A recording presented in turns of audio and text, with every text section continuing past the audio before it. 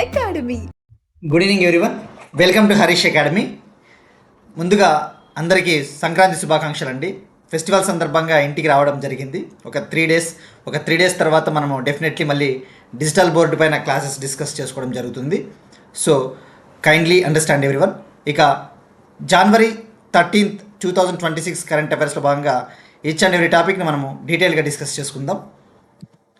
ఇవాళ మన first topic international kites festival, అంతర్జాతీయ గాలిపటాల ఉత్సవం 2026 గుజరాత్లోని అహ్మదాబాద్లో ప్రారంభమైంది. మనం ప్రీవియస్ క్లాసెస్లో ఒక టాపిక్ డిస్కస్ చేసుకున్నాం. ప్రైమ్ మినిస్టర్ నరేంద్ర మోడీ గారు 3 రోజుల పాటు గుజరాత్ స్టేట్కి వెళ్ళారు. గుజరాత్ స్టేట్లో భాగంగా సోమనాథ్ టెంపుల్కి సంబంధించి స్వాభిమాన్ పర్వ్లో పాల్గొన్నారు. After that Germany chancellor Friedrich Merz ఆయన ఇండియాకి వచ్చారు. ఈ సందర్భంగా గుజరాత్లోని అహ్మదాబాద్లో నిన్న ఇంటర్నేషనల్ కైట్స్ ఫెస్టివల్ని లాంచ్ చేశారు. మనం ఎగ్జామ్ పాయింట్ ఆఫ్ వ్యూలో తెలుసుకోవాల్సింది ఇంటర్నేషనల్ కైట్స్ ఫెస్టివల్ యొక్క సిగ్నిఫికెన్స్, ప్రాముఖ్యత ఏంటి, ఇందులో ఎన్ని కంట్రీస్ పాల్గొంటా ఉన్నాయి, డిఫరెంట్ ఆస్పెక్ట్స్ మనం ఎగ్జామ్ పాయింట్ ఆఫ్ వ్యూలో తెలుసుకోవాలి. ఫస్ట్ మనము ఈ టాపిక్ విషయానికి వస్తే, ప్రైమ్ మినిస్టర్ నరేంద్ర మోడీ గారు, జర్మనీ ఛాన్సలర్ ఫ్రెడరిక్ మెర్జ్ గారు జాయింట్గా దీన్ని లాంచ్ చేయడం జరిగింది. ఇక్కడ జర్మనీ ఛాన్సలర్ అంటే జర్మనీ దేశానికి అధినేతని ఛాన్సలర్గా పిలుస్తారు. సో ఫ్రెడరిక్ మెర్జ్ ఈయన ఇండియాకి రావడం జరిగింది. మరి ఈ యొక్క ఫెస్టివల్ని సబర్మతి రివర్కి దగ్గరలో దీన్ని కండక్ట్ చేస్తూ ఉన్నారు. జనవరి 14 వరకు కంటిన్యూ అవుతుంది, అంటే రేపటి వరకు, సంక్రాంతి రోజు వరకు కంటిన్యూ అవుతుంది. ఇందులో భాగంగా 50 కంట్రీస్కు చెందిన 135 కైట్ ఫ్లయర్స్ పాల్గొన్నారు. 50 దేశాలకు చెందిన 135 గాలిపటాలు ఎగురవేసే వాళ్ళు, అంటే నిర్వాహకులతో పాటు ఈ కైట్ ఫ్లయర్స్ కూడా పాల్గొన్నారు. అలానే 13 ఇండియన్ స్టేట్స్ ఇందులో పాల్గొంటూ ఉన్నాయి. 13 భారతీయ రాష్ట్రాలకు సంబంధించిన 65 కైట్ ఫ్లయర్స్, 65 గాలిపటాలు ఎగురవేసే వాళ్ళు పాల్గొంటూ ఉన్నారు. అలానే గుజరాత్ నుంచి 16 డిస్ట్రిక్ట్స్ పార్టిసిపేట్ చేస్తూ ఉన్నాయి. మనకి ఎగ్జామ్ పాయింట్ ఆఫ్ వ్యూలో దీన్ని ఎవరు లాంచ్ చేశారు, ఎక్కడ జరుగుతూ ఉంది అన్నది సరిపోతుంది. ఇక అలానే ఇందులో భాగంగా కొన్ని ఫోక్ డ్యాన్సెస్, ముఖ్యంగా మనం నిన్న ఒక టాపిక్ డిస్కస్ చేసుకున్నాం, ఈ ఫోక్ డ్యాన్సెస్కి సంబంధించి. ఇప్పుడు ఈ కైట్ ఫెస్టివల్లో భాగంగా గుజరాత్కు సంబంధించిన ఫోక్ డ్యాన్సెస్, గుజరాత్కి సంబంధించిన ఈ యొక్క జానపద నృత్యము బెడారాస్, గుర్తుపెట్టుకోండి, బెడారాస్ అనేది గుజరాత్కు చెందిన ఒక ఫోక్ డ్యాన్స్. అదే తెలంగాణ అయితే గుస్సడి డ్యాన్స్ అని మనం డిస్కస్ చేసుకున్నాం. తెలంగాణలోని ఆదిలాబాద్లో గోండ్ ట్రైబ్స్ గుస్సడి డ్యాన్స్ని పర్ఫామ్ చేస్తారు. పంజాబ్లో బాంగ్రా డ్యాన్స్ అని పర్ఫామ్ చేస్తారు. ఇట్లా డిఫరెంట్ డ్యాన్సెస్. సో ఇది మనకి మ్యాచ్ ద ఫాలోయింగ్లో జాగ్రఫీలో వెళ్ళిపోతుంది. బెడారాస్ అంటే గుజరాత్. మరి ఈ కైట్ ఫెస్టివల్ని నిర్వహిస్తూ ఉన్నది గుజరాత్ టూరిజం డిపార్ట్మెంట్, గుజరాత్ పర్యాటక రంగము.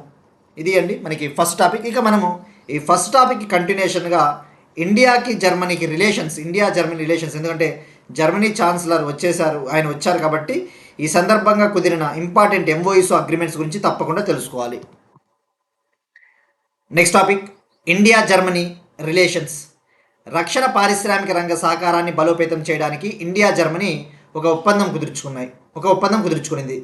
ఒక ఒప్పందమే కాదు, ఇందులో భాగంగా చాలా ఒప్పందాలు, మెయిన్గా అయితే డిఫెన్స్ సెక్టార్కి సంబంధించి ఒక ఒప్పందము, ఓవరాల్గా 19 MOUs కుదుర్చుకోవడం జరిగింది. ఇక్కడ జర్మనీ ఛాన్సలర్ ఫ్రెడరిక్ మెర్జ్తో ప్రైమ్ మినిస్టర్ నరేంద్ర మోడీ గారు గుజరాత్లోని గాంధీనగర్లో చర్చలు జరిపారు. సో మరి మెయిన్ ముఖ్య ఉద్దేశం వచ్చేసి ఇండియాకి జర్మనీకి మధ్య ఒక వ్యూహాత్మక భాగస్వామ్యం అనేది ఏర్పాటయ్యి 25 years కంప్లీట్ అయిన సందర్భంగా ఈ ఫ్రెడరిక్ మెర్జ్ గారు ఇండియాకి రావడం జరిగింది. ఇండియాకి జర్మనీకి స్ట్రాటజిక్ పార్ట్నర్షిప్ 25 years, అంటే వ్యూహాత్మక భాగస్వామ్యం అంటే ఇక డీప్ కోఆపరేషన్, ఇక డిఫరెంట్ సెక్టార్లో, డిఫెన్స్ పరంగా అయినా, టెక్నాలజీ పరంగా అయినా, ఏ రంగంలోనైనా కూడా చాలా క్లోజ్గా ఒకరినొకరు సహకరించుకుంటే దాన్ని స్ట్రాటజిక్ పార్ట్నర్షిప్ అంటారు. సో ఓవరాల్గా 19 MOUs బోత్ కంట్రీస్ సైన్ చేశాయి. 19 MOUల పైన సంతకాలు చేయడం జరిగింది. ఆ 19 MOUsతో పాటు 8 ఇంపార్టెంట్ అనౌన్స్మెంట్స్ను కూడా ప్రకటించారు. 8 ముఖ్యమైన ప్రకటనలు కూడా చేశారు, ముఖ్యంగా డిఫెన్స్ రంగానికి, టెక్నాలజీ రంగానికి, క్లీన్ ఎనర్జీ రంగానికి సంబంధించి. సో ఇక్కడ ఫస్ట్ మనకి స్టాటిక్ పాయింట్ ఆఫ్ వ్యూలో జర్మనీ క్యాపిటల్ వచ్చేసి బెర్లిన్, EUలో భాగస్వామ్యం, గుర్తుపెట్టుకోండి, యూరోపియన్ యూనియన్లో జర్మనీ భాగస్వామ్యం. యూరోపియన్ యూనియన్లో 27 కంట్రీస్ ఉంటాయి. అందులో జర్మనీ కూడా ఒక మెంబరు. జర్మనీ కరెన్సీ వచ్చేసి అధికారికంగా యూరోని స్వీకరించింది. మనం తెలుసుకున్నాం కదా ఇటీవల యూరోజోన్లో 21st మెంబర్ కంట్రీగా, యూరోజోన్లో 21వ సభ్య దేశంగా బల్గేరియా జాయిన్ అయిందని చెప్పేసి. మరి యూరోజోన్లో జాయిన్ అయిన కంట్రీస్ వాళ్ళు యూజ్ చేసే కరెన్సీ వచ్చేసి యూరో కరెన్సీ. సో మరి జర్మనీ ఛాన్సలర్ ఫ్రెడరిక్ మెర్జ్ మాట్లాడుతూ ఇండియాకి ఈయూకి మధ్య ఫ్రీ ట్రేడ్ అగ్రిమెంట్ అనేది త్వరగా కుదరాల్సిన అవసరం ఉంది. ఇండియాకి యూరోపియన్కి మధ్య స్వేచ్ఛా వాణిజ్య ఒప్పందం అది త్వరగా ఫైనలైజ్ అవ్వాలి, కుదరాలి అని చెప్పేసి కూడా ఆకాంక్షించారు. సో ఇక్కడ ఫ్రీ ట్రేడ్ అగ్రిమెంట్ గురించి మనం ఆల్రెడీ ప్రీవియస్ క్లాస్లో డిస్కస్ చేసుకున్నాం. ఇటీవలే ప్రైమ్ మినిస్టర్ నరేంద్ర మోడీ గారు ఒమన్ కంట్రీ పర్యటనకు వెళ్ళినప్పుడు ఇండియాకి ఒమన్కి మధ్య ఒక సెపా కుదిరిందని చెప్పేసి కూడా తెలుసుకున్నాం, ఒక ఫ్రీ ట్రేడ్ అగ్రిమెంటు. అలానే మనకి ఆస్ట్రేలియాతో ఉంది ECTA, economic cooperation trade and agreement. యూకేతో ఉంది మనకి ఇండియా యూకే. ఇలా మనం ఆల్రెడీ డిస్కస్ చేసుకున్నాం ఫ్రీ ట్రేడ్ అగ్రిమెంట్స్కి సంబంధించి. ఇక మరి ఏమి అగ్రిమెంట్స్ కుదిరాయి? మెయిన్గా ఇంపార్టెంట్ అగ్రిమెంట్స్ వచ్చేసి సెమీ కండక్టర్స్, క్రిటికల్ మినరల్స్కి సంబంధించి, అంటే కీలకమైన ఖనిజాలు, ఉదాహరణకు లిథియం, గ్రాఫైట్, నికెల్, ఇటువంటి వాటికి సంబంధించి ఒక ఒప్పందం. టెలికమ్యూనికేషన్ సెక్టార్కి సంబంధించి ఒక ఒప్పందం. ఒక ఇంపార్టెంట్ అగ్రిమెంట్ వచ్చేసి డిఫెన్స్ ఇండస్ట్రియల్ కోఆపరేషన్. ఈ యొక్క పారిశ్రామిక రక్షణ రంగంలో భాగంగా బోత్ కంట్రీసు జాయింట్గా సంయుక్తంగా ఈ మిలిటరీ హార్డ్వేర్ని అభివృద్ధి చేయబోతూ ఉన్నారు, జాయింట్గా ఉత్పత్తి చేయబోతూ ఉన్నారు, జాయింట్గా ప్రొడ్యూస్ చేయబోతూ ఉన్నారు.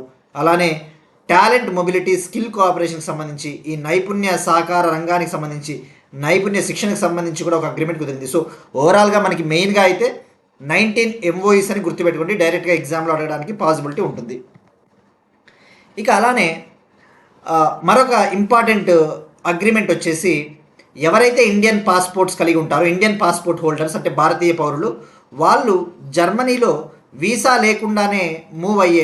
లేకోకుండానే ఈ జర్మనీలో తిరిగే అవకాశానికి సంబంధించి కూడా జర్మనీ మనకి ఒక అవకాశం కల్పించింది.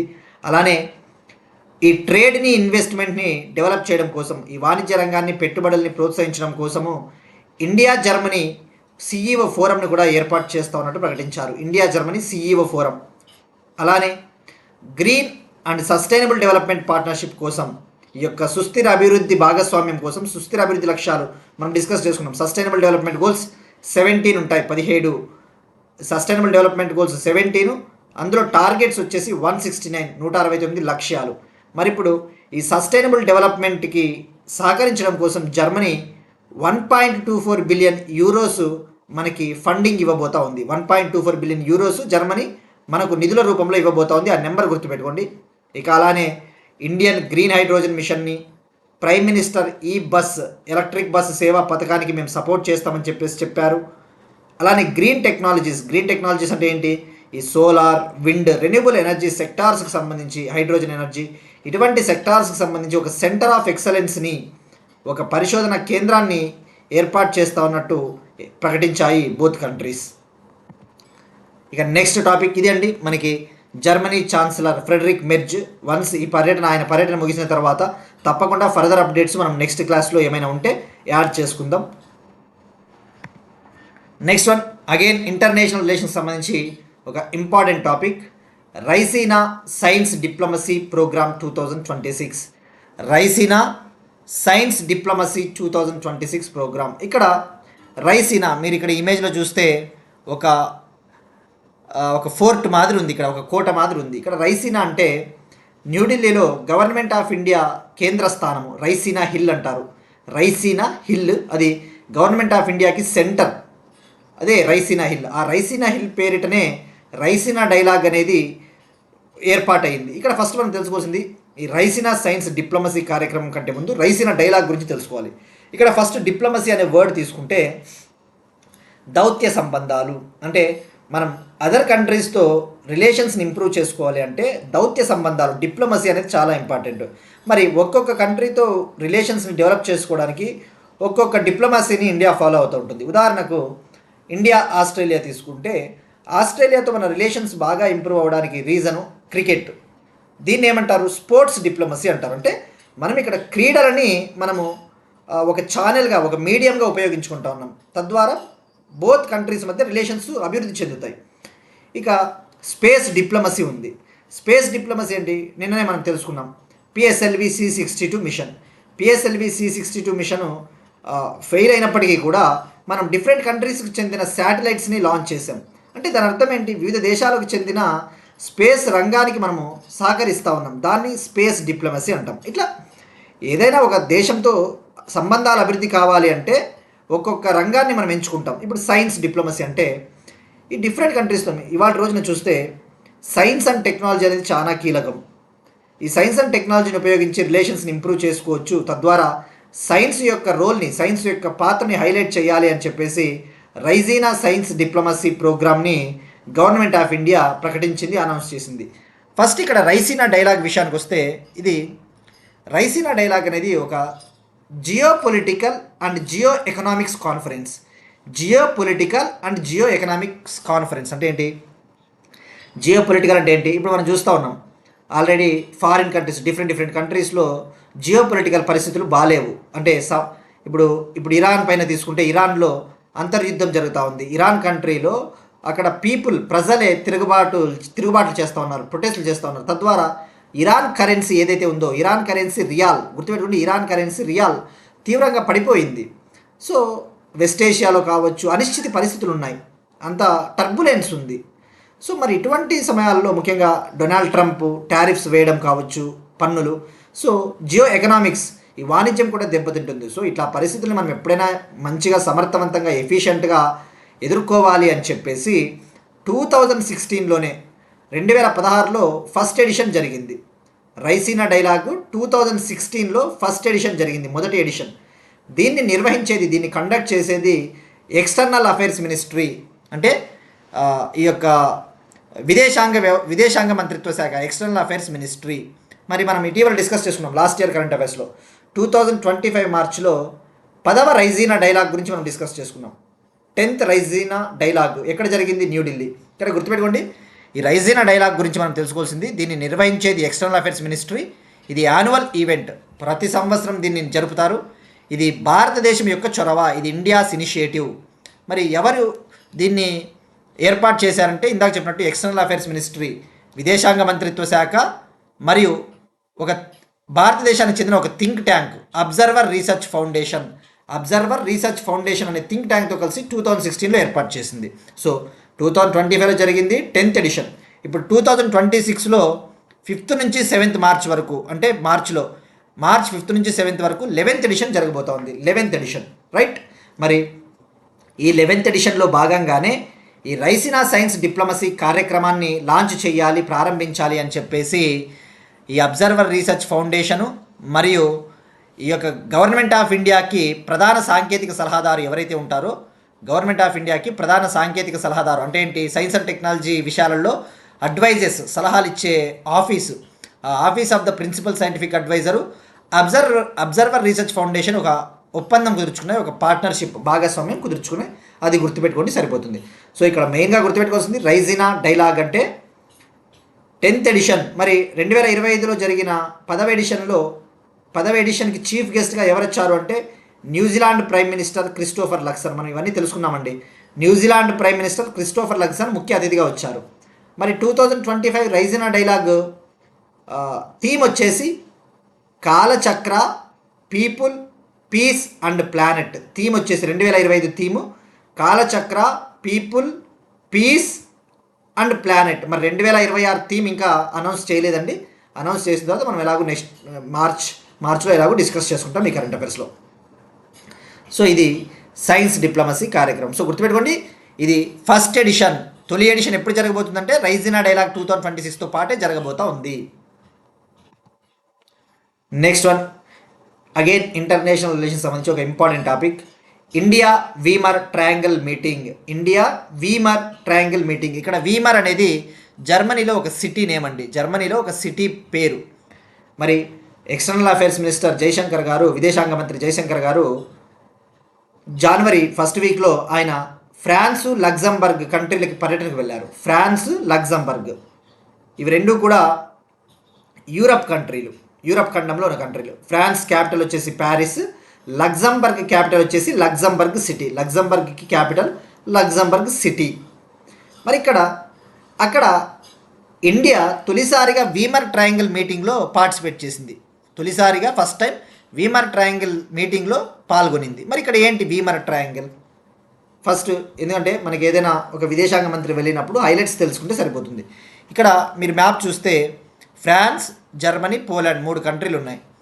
ఈ వీమర్ ట్రయాంగిల్ అనేది ఈ 3 దేశాల కూటమి. ఇది వీమర్ ట్రయాంగిల్ అనేది ఒక regional political grouping, France, Germany, పోలాండ్లతో కూడిన ఒక రాజకీయ కూటమి అని చెప్పవచ్చు. ఇది 1991లో ఏర్పాటైంది. 1991లో జర్మనీలోని వీమర్ సిటీలో ఒక జాయింట్ డిక్లరేషన్ ద్వారా, ఒక సంయుక్త ప్రకటన ద్వారా ఇది ఏర్పాటైంది. దీన్ని ఏర్పాటు చేసినది జర్మనీ, పోలాండ్, ఫ్రాన్స్కు చెందిన విదేశాంగ మంత్రులు. జర్మనీ, పోలాండ్, ఫ్రాన్స్కి చెందిన ఫారిన్ మినిస్టర్స్ ఏర్పాటు చేశారు.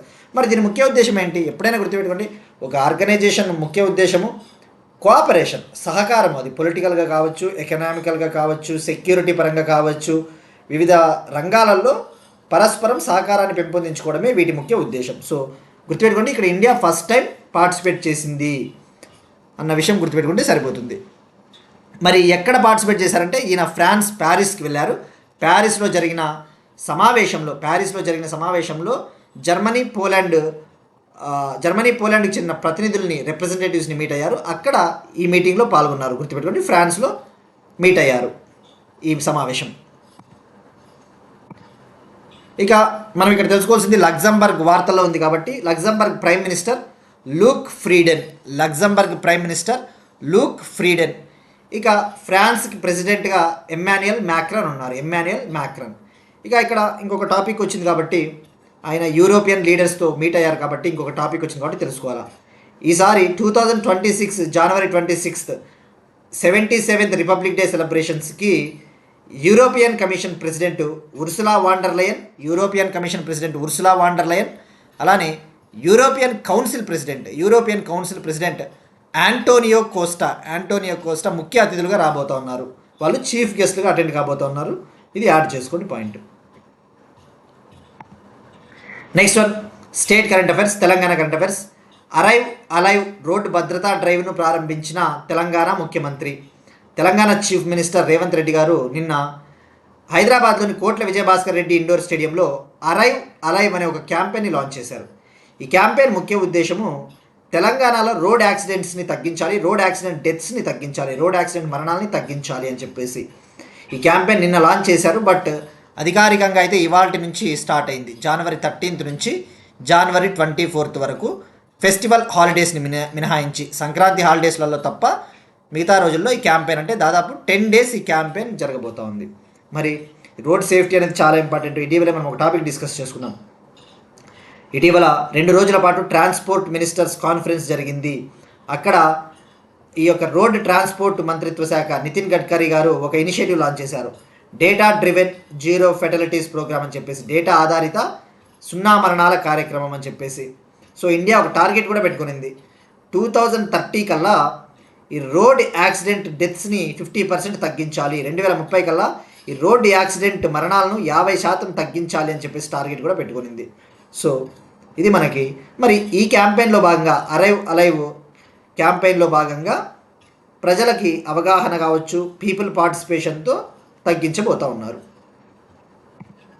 నెక్స్ట్ వన్, డిఫెన్స్ రంగానికి సంబంధించి డిఆర్డిఓ ఒక మిస్సైల్ని విజయవంతంగా పరీక్షించింది. దేశీయంగా అభివృద్ధి చేసిన యాంటీ ట్యాంక్ గైడెడ్ క్షిపణిని విజయవంతంగా పరీక్షించిన DRDO, defence research development organisation DRDO. ఇది డిఆర్డిఓ అనేది జనవరి 1, 1958 ఏర్పాటైంది. జనవరి 1, 1958 హెడ్ క్వార్టర్స్ న్యూఢిల్లీ. ఇందులో సుమారుగా 50కి పైగా లేబొరేటరీస్ ఉంటాయి. సుమారుగా 50కి పైగా లేబొరేటరీలు ఉంటాయి. దీని హెడ్ క్వార్టర్స్ న్యూఢిల్లీ. డిఫెన్స్ మంత్రిత్వ శాఖ కింద ఉండే ఒక R&D విభాగము. దీనికి చైర్మన్గా సమీర్ వి కామత్ ఉన్నారు. సో ఇటువంటి బేసిక్ ఫ్యాక్ట్స్ అని మనం నంబర్ ఆఫ్ టైమ్స్ డిస్కస్ చేసుకున్నాం.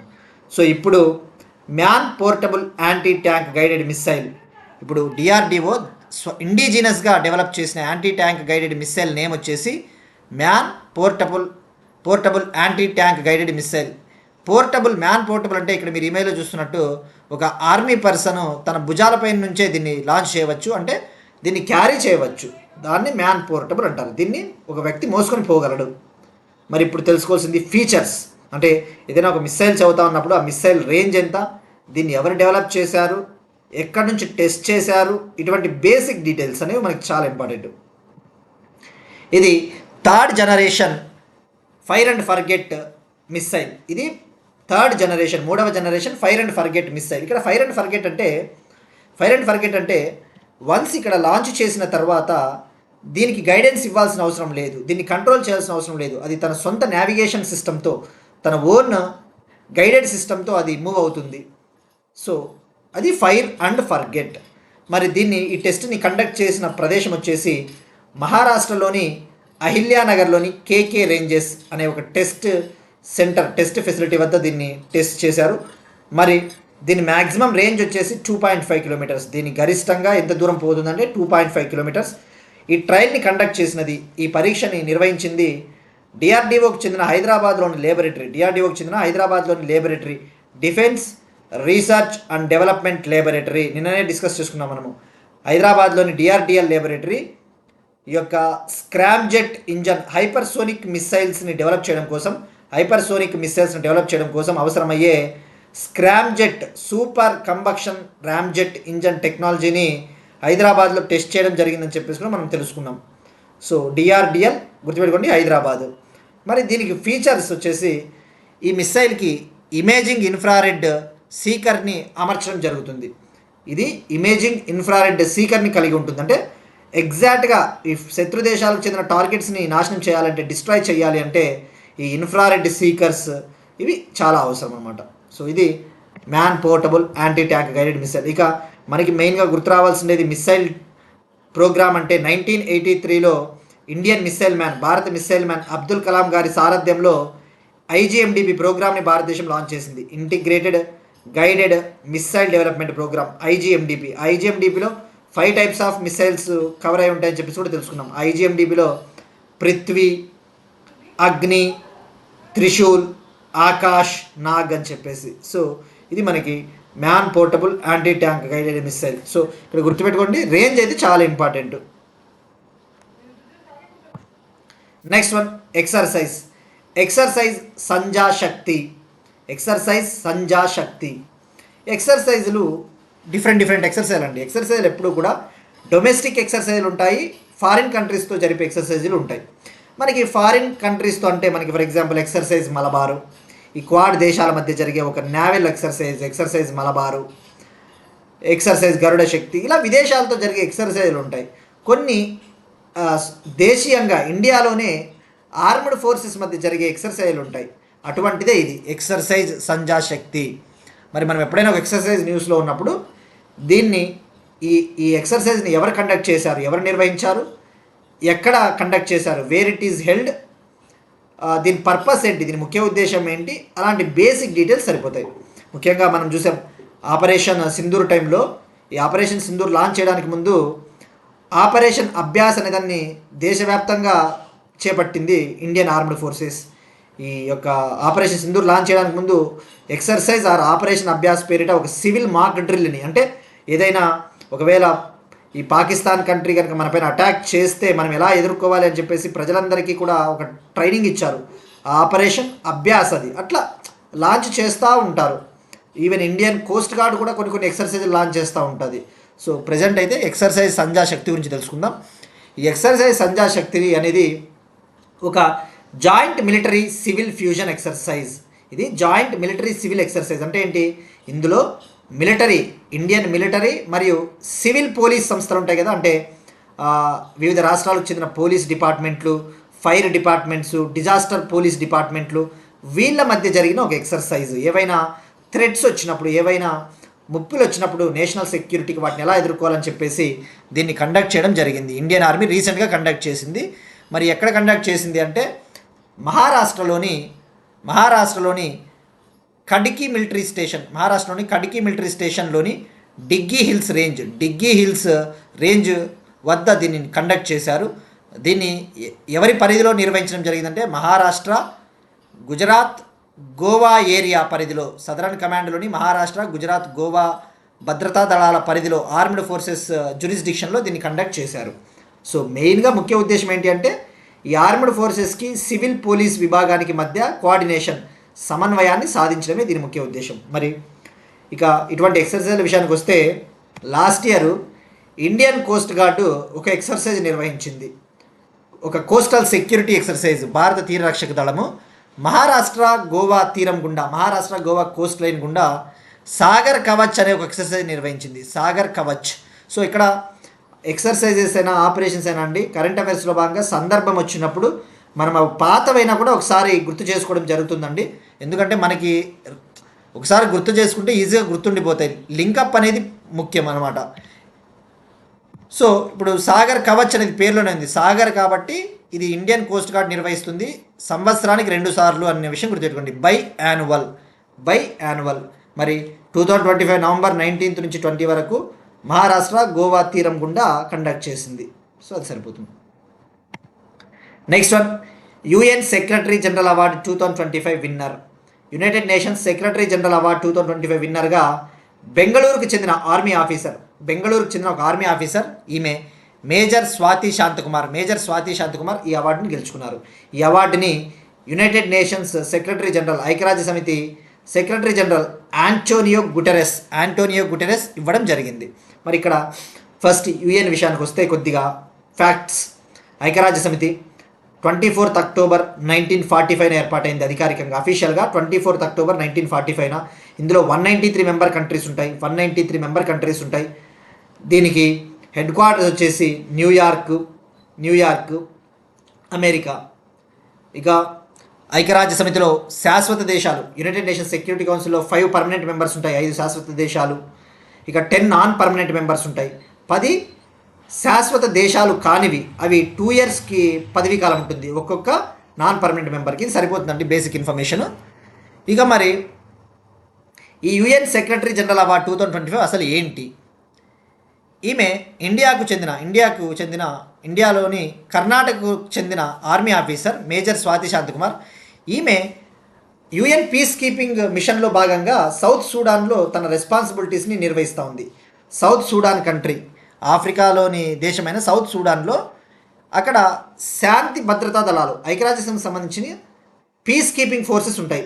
అంటే వివిధ దేశాలలో ఏవైనా ఇటువంటి సెక్యూరిటీ ఇష్యూస్ వచ్చినప్పుడు, ముఖ్యంగా సౌత్ సూడాన్లో ఒక పారామిలిటరీ ఫోర్స్, సౌత్ సూడాన్కు చెందిన paramilitary force rapid support forces అని చెప్పి ఆర్ఎస్ఎఫ్ అక్కడ ప్రభుత్వం పైన దాడులు చేస్తూ ఉంటుంది. సో ఇట్లా డిఫరెంట్ కంట్రీస్లో మనకి సెక్యూరిటీ ఉండదు. సో అక్కడ శాంతిని ఏర్పాటు చేయడం కోసం వివిధ దేశాల నుంచి భద్రతా దళాలను నియమించుకుంటుంది ఐక్యరాజ్య సమితి. దాన్నే యుఎన్ పీస్ కీపింగ్ మిషన్ అంటారు. మరి ఈమె సౌత్ సూడాన్లో యుఎన్ పీస్ కీపింగ్ మిషన్లో భాగంగా పనిచేస్తూ ఉంది.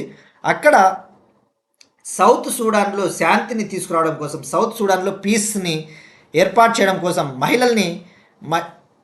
మహిళలతో చర్చలు జరిపింది. మహిళల్ని ఆ యొక్క చర్చలలో భాగస్వామ్యాన్ని చేసింది. అంటే ఆ పీస్ డిస్కషన్స్లలో ఉమెన్కి కూడా రోల్ ఇచ్చిందనమాట. సో తద్వారా జెండర్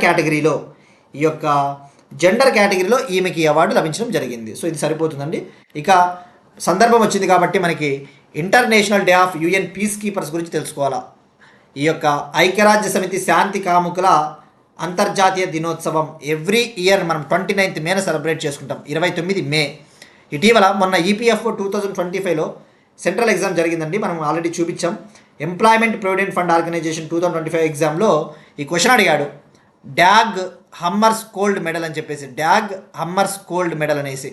ఇక్కడ డ్యాగ్ హమ్మర్స్ జోల్డ్ అనే ఒక మెడల్ని ఐక్యరాజ్య సమితి ఇస్తుందన్నమాట. ముఖ్యంగా ఎవరైతే ఈ శాంతి భద్రతా దళాలు యుఎన్ పీస్ కీపింగ్ ఫోర్సెస్లో పాల్గొంటూ ప్రాణాలు వదిలి ఉంటారో, ఆ భద్రతా చర్యలలో తమ లైఫ్స్ని కోల్పోయి ఉంటారో, వాళ్ళ సేవల గుర్తింపుగా వాళ్ళు మరణించిన తర్వాత ఇచ్చే అవార్డు ఇది. గుర్తుపెట్టుకోండి, ఇది పోస్ట్ హ్యూమస్ అవార్డు. గుర్తుపెట్టుకోండి, ఇది మరణించిన తర్వాత ఆ భద్రతా దళాల వాళ్ళకి ఇవ్వడం జరుగుతుంది.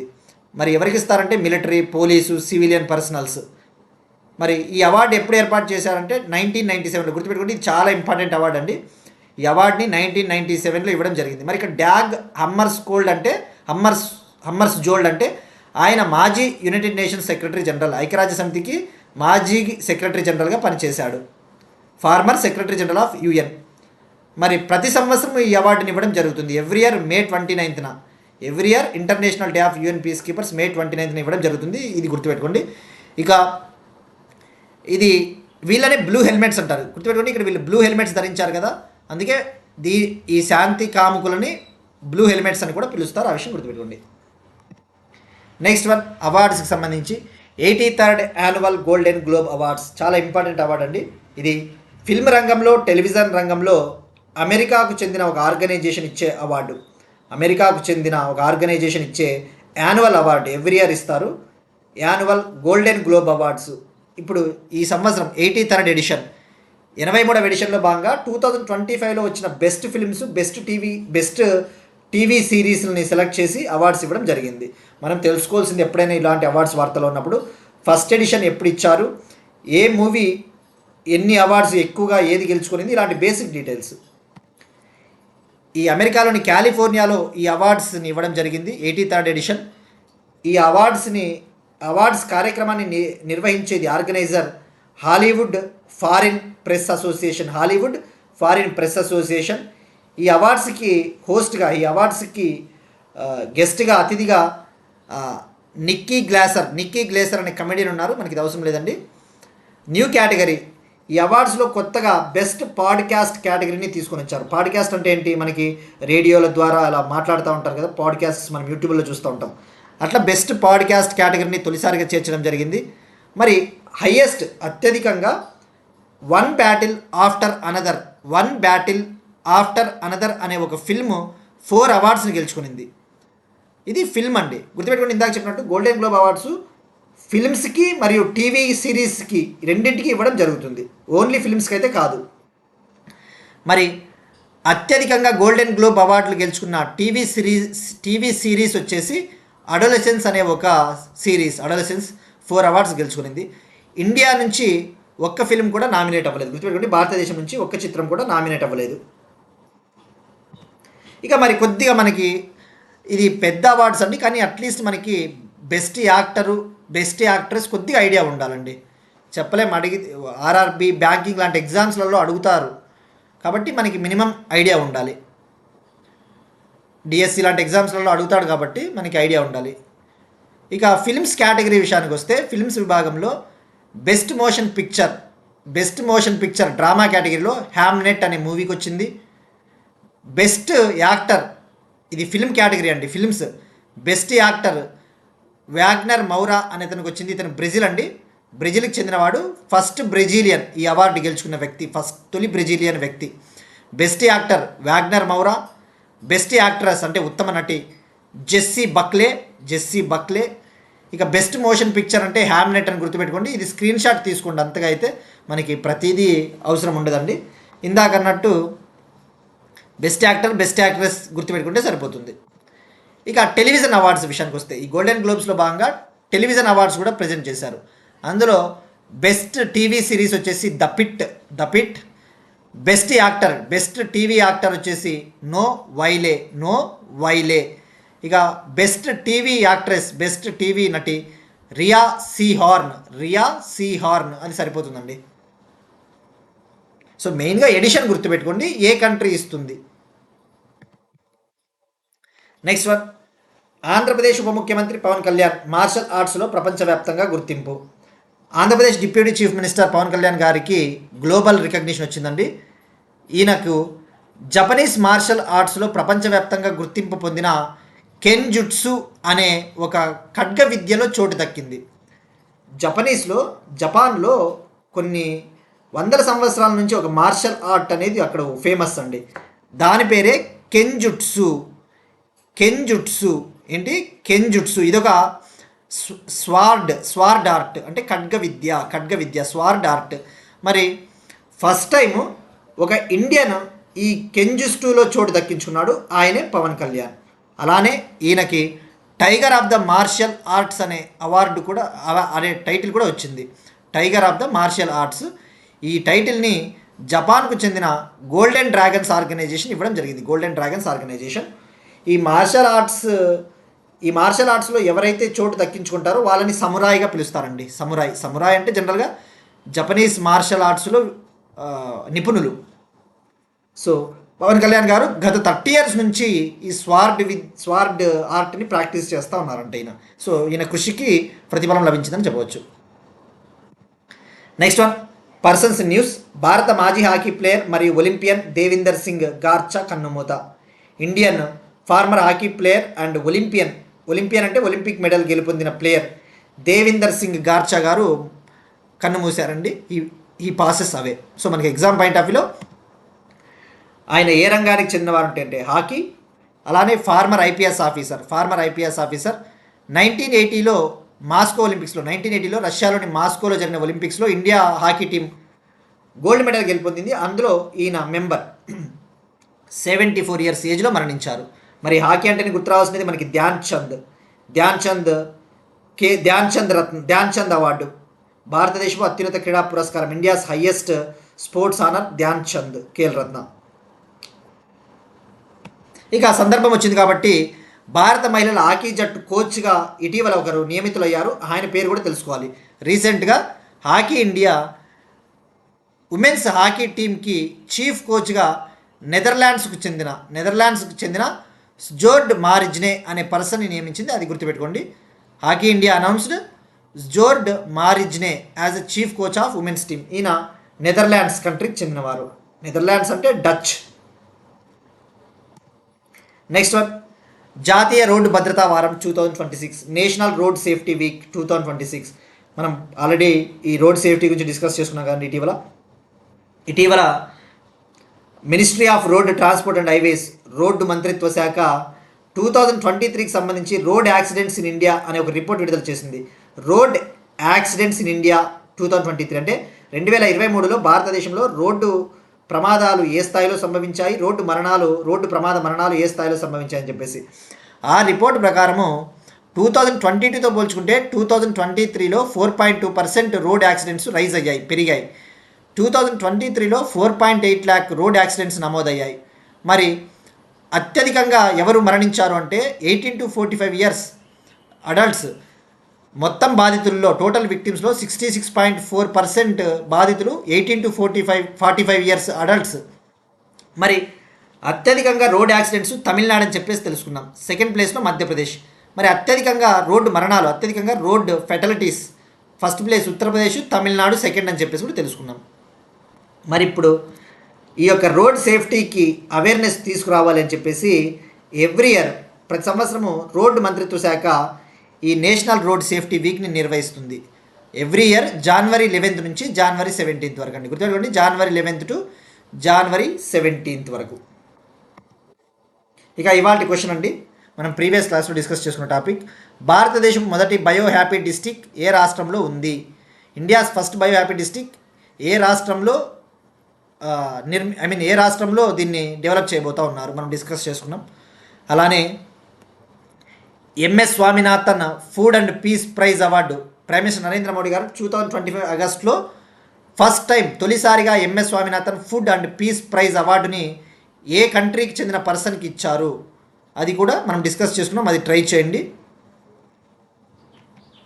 ఇక నిన్నటి క్వశ్చన్ సమాధానం అండి, UNEP champion of the earth award 2024 united nations environment programme ఐక్యరాజ్యసమితి పర్యావరణ ప్రోగ్రామ్ ఇచ్చే అత్యున్నత పర్యావరణ award, united nations environment programme ఇచ్చే highest environmental award champion of the earth award 2024 Madhav Gadgil గారికి వచ్చిందండి. ఇటీవల ఆయన మరణించారు. వెస్టర్న్ ఘాట్స్ పైన పరిశోధనలు చేశారు, మహారాష్ట్ర ప్రాంతానికి చెందినవారు.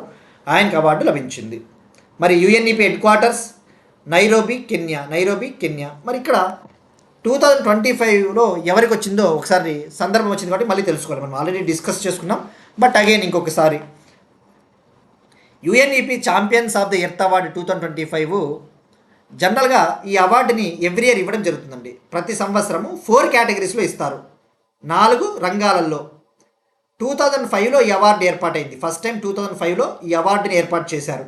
మరి ఆ 4 అవార్డు కేటగిరీలు వచ్చేసి, ఒకటి పాలసీ లీడర్షిప్ అంటే ఈ విధానాలు పాలసీలు తీసుకురావడంలో నాయకత్వము ఎవరైతే బాగా వ్యవహరిస్తారో.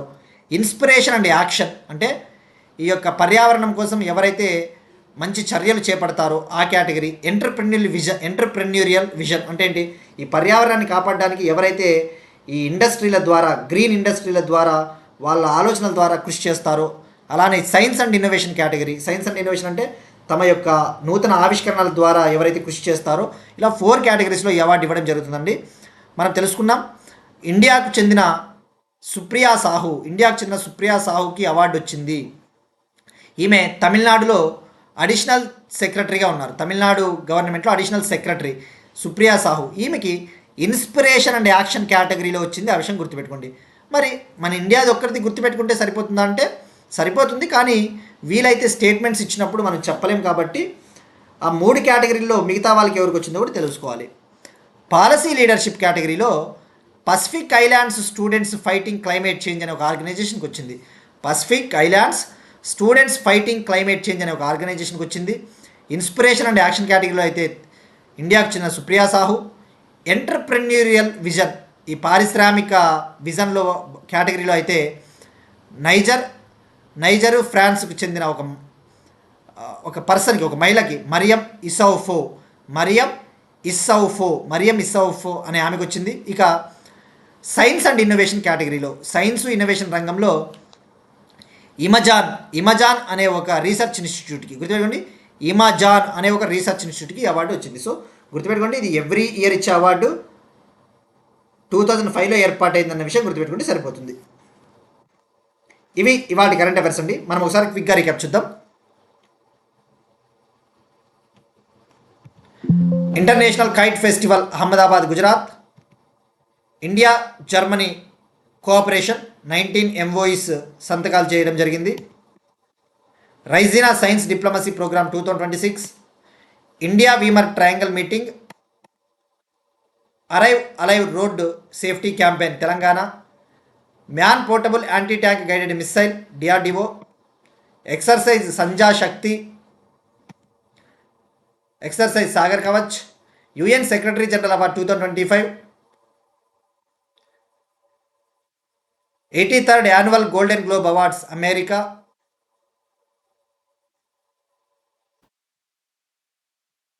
ఆంధ్రప్రదేశ్ ఉప ముఖ్యమంత్రి పవన్ కళ్యాణ్ గారికి మార్షల్ ఆర్ట్స్లో ప్రపంచవ్యాప్తంగా గుర్తింపు.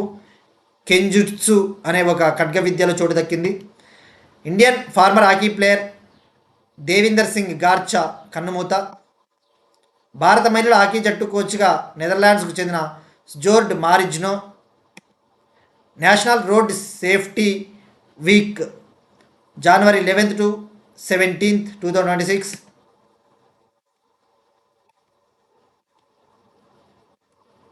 That's it. These are today's current affairs అండి. ఒక 3 days తర్వాత మనము డిజిటల్ బోర్డు పైన క్లాసెస్ కంటిన్యూ చేద్దాం. ఇంకా ఏమైనా టాపిక్స్ ఉంటే రిమైనింగ్ టాపిక్స్ ఇంకా డెఫినెట్లీ మనం ఫర్దర్ క్లాసెస్లో యాడ్ చేసుకుందామండి. తప్పకుండా, no need to worry, and will meet you again tomorrow, and thank you everyone.